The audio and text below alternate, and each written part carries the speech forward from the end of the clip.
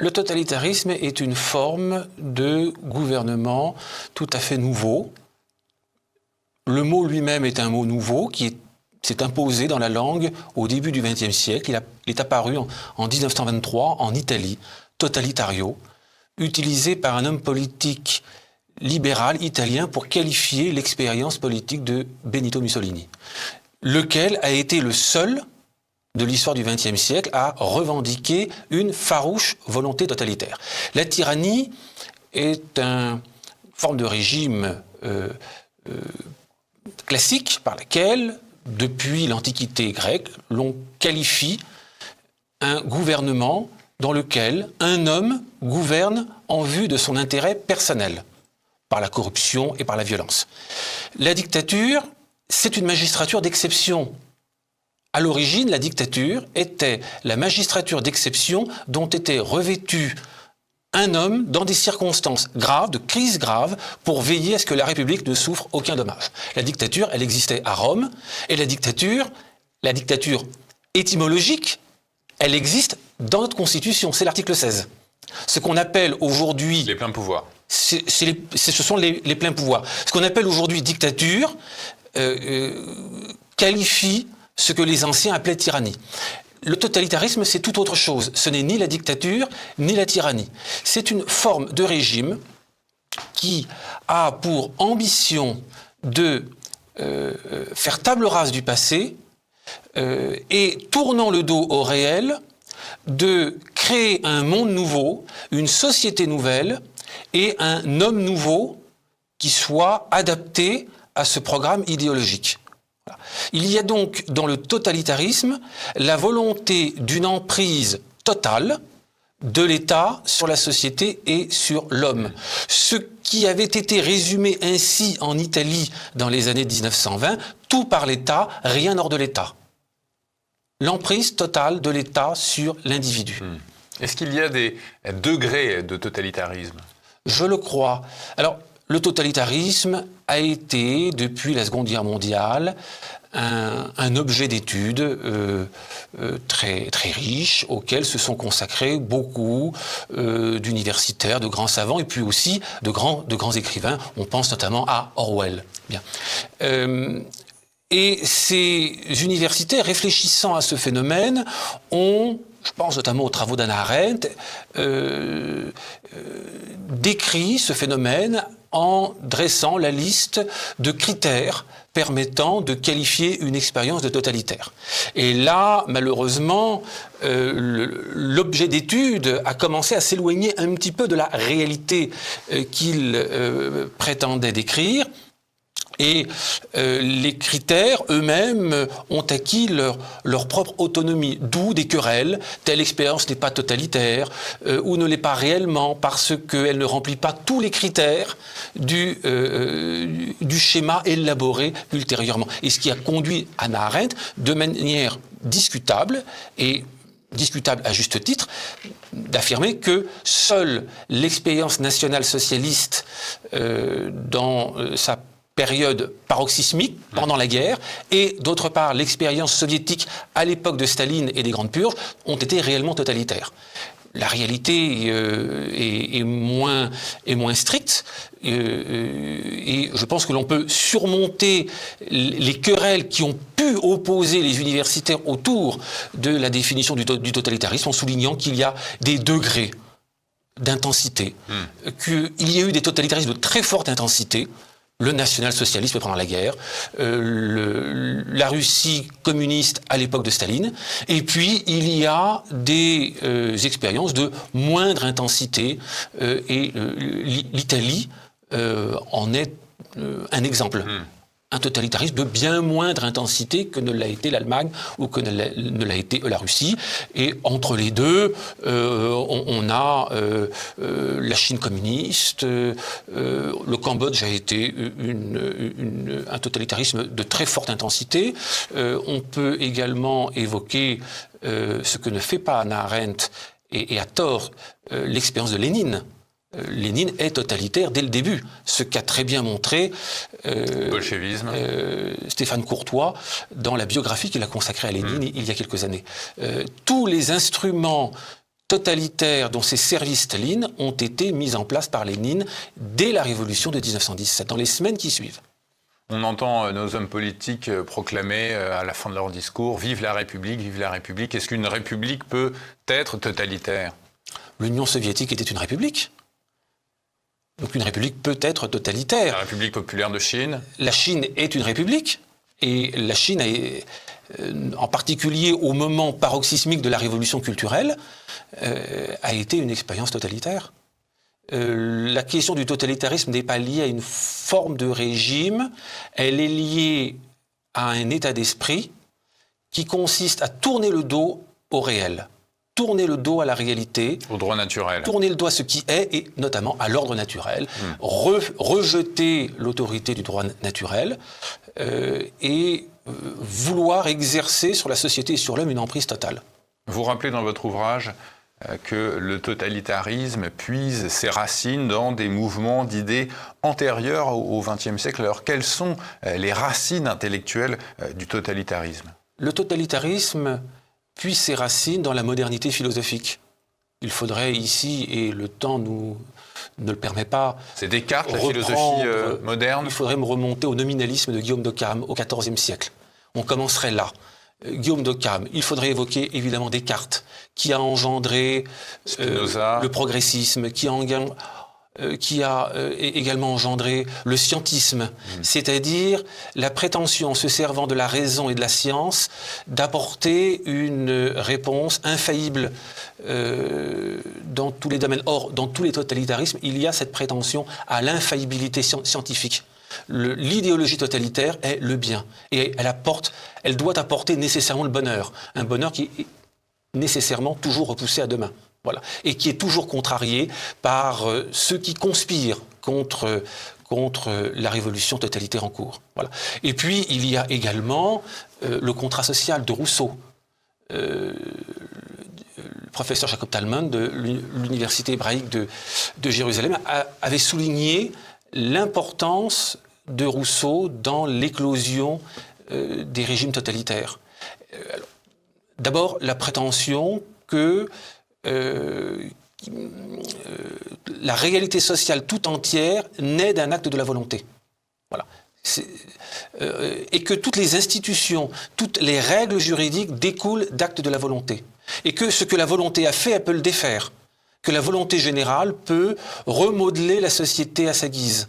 Voilà. De là, Rousseau confie à son législateur un mandat illimité.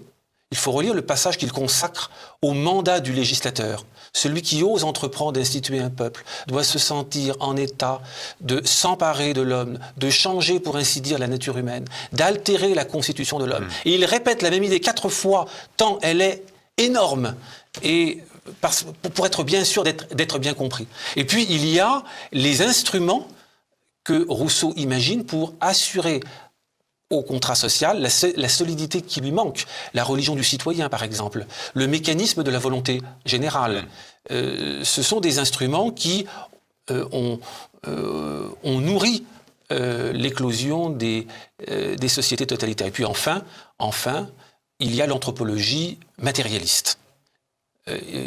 Cette anthropologie matérialiste qui s'affirme lors de la grande révolution intellectuelle des XVIIe et XVIIIe siècles, que l'on retrouve chez les encyclopédistes, chez Voltaire, chez Helvétius, chez d'Holbach, et qui permet, en considérant l'homme comme de la matière, permet d'envisager de le façonner à sa guise, de s'emparer de lui pour le transformer. Vous écrivez, je vous cite, « L'homme doit être rendu malléable afin d'être transformé, afin que puisse naître du vieil homme un homme nouveau, afin que l'homme nouveau puisse être régénéré par l'idéologie. » Alors comment rend-on un homme malléable ?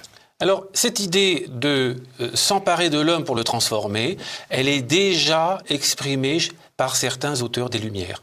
Rousseau, je viens de donner la référence, d'Holbach, dans le système de la nature, dessine cette perspective. Un peu plus tard, Cabanis, on est à la fin des années 1790. 3 auteurs qui déjà... alors, Cabanis se place dans une perspective qui est une perspective eugéniste, décrivent cette transformation de l'homme. Comment faire? Quand s'y prend-on? Est-ce qu'on le prend au berceau, l'homme, pour le rendre malléable? On le prend le plus tôt possible. La conception matérialiste de l'homme regarde l'homme comme une petite machine qui réagit aux sensations qu'elle perçoit, à ce qu'elle voit, entend, touche, selon et qui ne fonctionne que par un seul et unique carburant qui est l'intérêt égoïste. Transformer l'homme dans cette perspective exige de manipuler les sensations perçues par l'homme, de manipuler son environnement. Derrière, il y a l'idée que l'homme est façonné par son environnement. Il suffit donc de manipuler son environnement pour agir sur son intériorité et l'amener au résultat que l'on souhaite obtenir. Alors, l'éducation joue un rôle tout à fait essentiel dans cette perspective. Alors, l'éducation des enfants, évidemment, le plus tôt possible. On se souvient du ministre Vincent Peillon, ministre de l'Éducation nationale, qui disait qu'il fallait placer les enfants à la maternelle dès 2 ans et non plus dès 3 ans, en disant « vos enfants ne vous appartiennent pas, ils appartiennent à la République ». Alors ça, ce sont des phrases que l'on entendait à la Convention en 93, au moment où Robespierre, reprenant le projet de Lepelletier de Saint-Fargeau, le 13 juillet 93, proposait notamment de retirer les enfants à leurs parents de l'âge de 6 ans jusqu'à l'âge de 13 ans pour les élever en commun, loin de l'influence parentale. En faire de bons citoyens. Pour en faire des citoyens. Le but était de façonner des citoyens, avec la menace d'un doublement des contributions publiques pour les pères de famille qui refuseraient d'abandonner leurs enfants au collectivisme.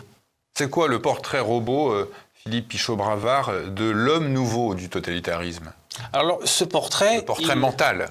Le portrait mental varie un peu d'une expérience à l'autre. L'homme nouveau de la Révolution française n'est pas le même que l'homme nouveau du communisme ou que l'homme nouveau du national-socialisme.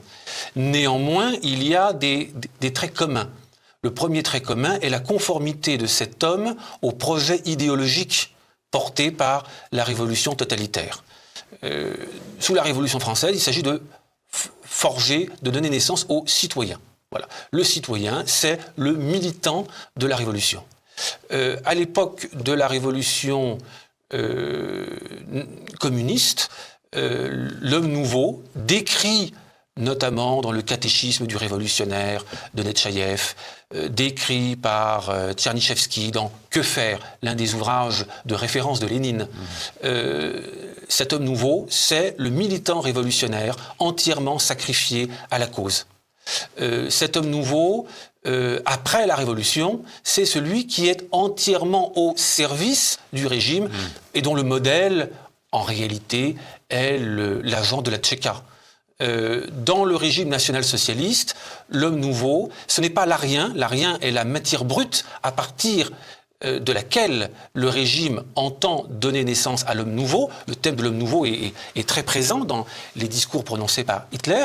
L'homme nouveau, c'est l'arien transformé par la formation idéologique et surtout par la formation sportive, par l'entraînement sportif. Finalement, l'homme nouveau, ce qui s'en rapproche le plus, c'est le SS. Ouais.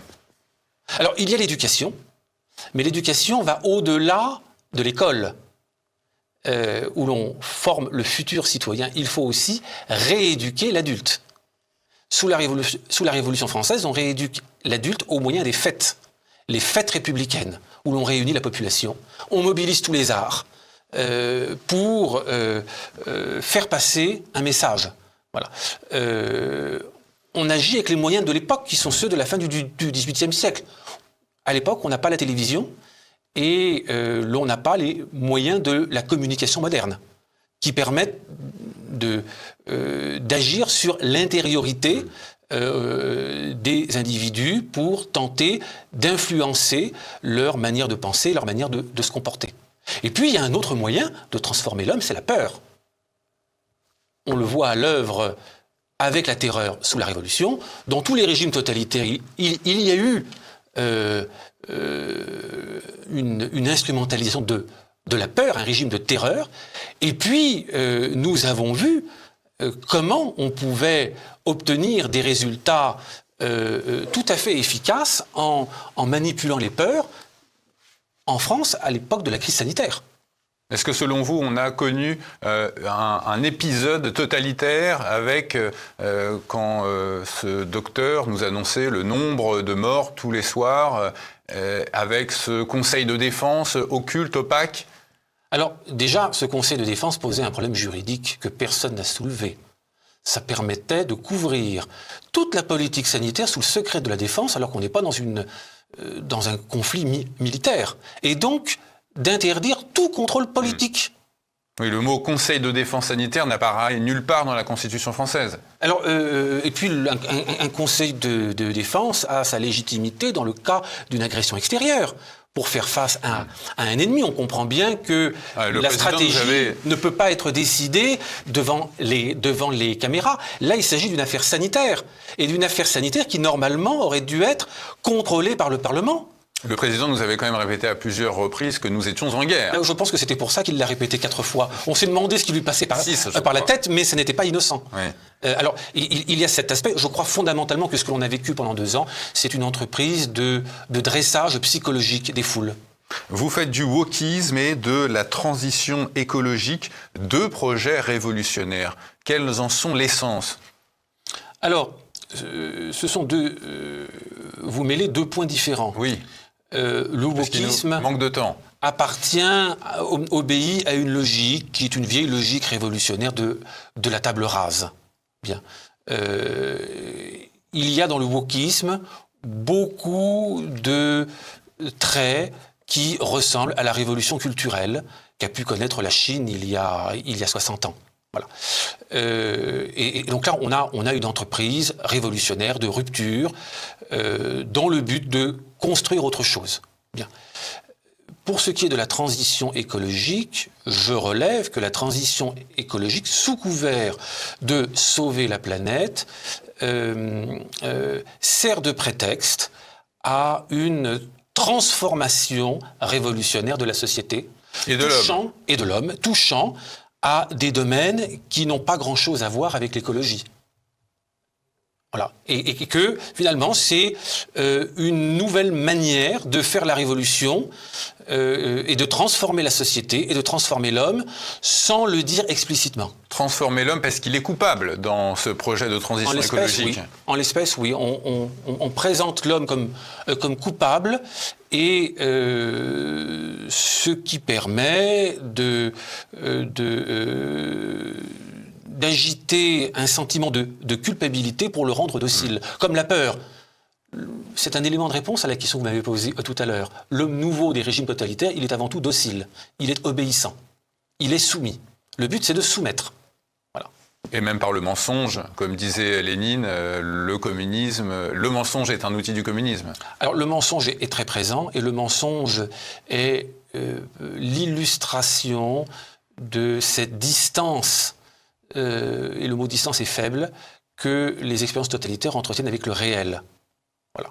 Et vous terminez votre ouvrage, monsieur, par l'évocation du transhumanisme. Pourquoi pensez-vous qu'il puisse devenir le totalitarisme du XXIe siècle ? Dès lors que le cœur de toutes les expériences totalitaires a été de s'emparer de l'homme pour le transformer, pour faire naître un homme nouveau, par différents procédés, nous en avons évoqué quelques-uns. L'idée du transhumanisme, elle obéit à l'objectif de s'emparer de l'homme pour le transformer, et même pour le dépasser, car la plupart des partisans du transhumanisme sont en fait partisans du post-humanisme et de la naissance d'un être hybride. Donc, moitié machine, moitié humain. Donc de quelque chose qui n'est plus l'homme. Bien. Et derrière, on retrouve la même anthropologie matérialiste, et derrière, on retrouve la même négation de l'ordre naturel et de la nature humaine, et par conséquent du droit naturel. Voilà. Et la même idée que la puissance publique peut exercer, et qu'il est bon qu'elle exerce une emprise totale sur l'individu pour l'améliorer. Alors cette idée de la transformation de l'homme, du transhumanisme, elle remonte très loin. Cette idée a été conçue par Bacon au XVIIe siècle. On la retrouve chez d'Holbach, on la retrouve chez Cabanis au XVIIIe siècle. On la retrouve dans le national-socialisme. Dans les discours d'Hitler, il y a du transhumanisme. Voilà. Et aujourd'hui, elle ressurgit en agitant d'une part un certain goût pour la science, le progrès, une certaine fascination pour le perfectionnement technologique, numérique, et d'autre part, elle manipule l'idée du bien et du mal. La première étape, c'est de transformer l'homme pour lui permettre de mieux affronter les maladies et de vivre plus longtemps. Qui va s'opposer à cela? Voilà. Puis dans le même temps, on entend vous convaincre qu'il est bon de demander, arrivé à un certain âge, que l'on vous aide à mourir dans la dignité. Voyez, on y arrive. Les contradictions sont nombreuses. Vous nous avez donné une définition du totalitarisme, décidément. Quel régime serait l'antithèse du totalitarisme, l'antitotalitaire? Alors, un régime qui respecte le réel, qui, par conséquent, respecte l'ordre naturel, reconnaît qu'il y a une nature humaine qui s'impose à la volonté de l'homme, que l'homme n'est pas façonné par sa volonté, il y a des lois intangibles. Et qu'il y a un droit naturel qui a une autorité, qui est au-dessus du droit positif, de la loi humaine, et qui s'impose à celle-ci, et qu'il faut avoir un petit peu de modestie pour le reconnaître. Bien sûr, et qu'il faut respecter, car toute loi humaine qui ne respecte pas ce droit naturel est illégitime.